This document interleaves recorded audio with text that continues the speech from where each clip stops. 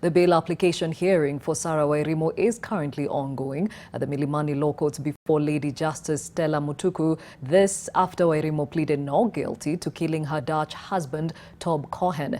Defense counsel Philip Murgo has submitted to the court that no evidence has been brought forth against his client, who has since been in custody for 38 days at the Langata Women's Prison. The prosecution had stated that there are witness statements that warrant denial of bail and bond, arguing that Wairimu can interfere with witnesses. Let's now join our reporter, that is Mel Miendo, who is following these proceedings. Mel, what else can you tell us?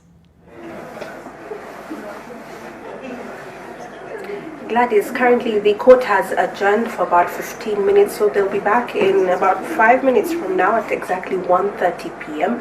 And so the issue that the judge, that's Lady Justice Stella Mutuku, has raised is that there needs to be time for the defense to reply to the affidavit that the prosecution brought today morning. Remember, yesterday in her ruling she had mentioned that the affidavit should have been given by today morning, and then they give that reply, but that didn't happen. So they're supposed to actually reply to that affidavit in a few minutes from now at about 1:30, when the court will be back in session. So we've been here from about 11 a.m. and some of the issues that have come up is definitely with regards to the witness protection.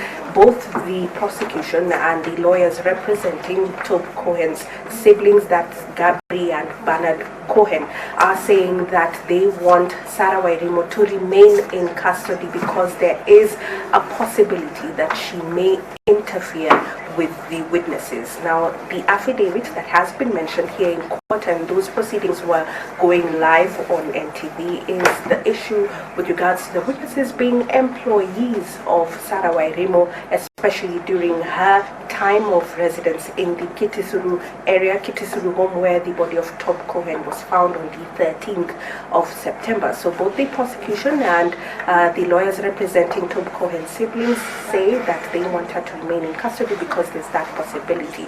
Now, during the court session, Gladys, we had the prosecution through the counsel, that her name is Wangui Kishui, mentioning some of the witness statements that are represented in that affidavit. Of course, the identities of these witnesses have not been given with regards to their security. And so some of the statements that were being mentioned here in court this morning is that some of the witnesses were saying they were coached by Sarah Wairimu with regards to what to say when asked about Tob Cohen. And so these are issues that were in court.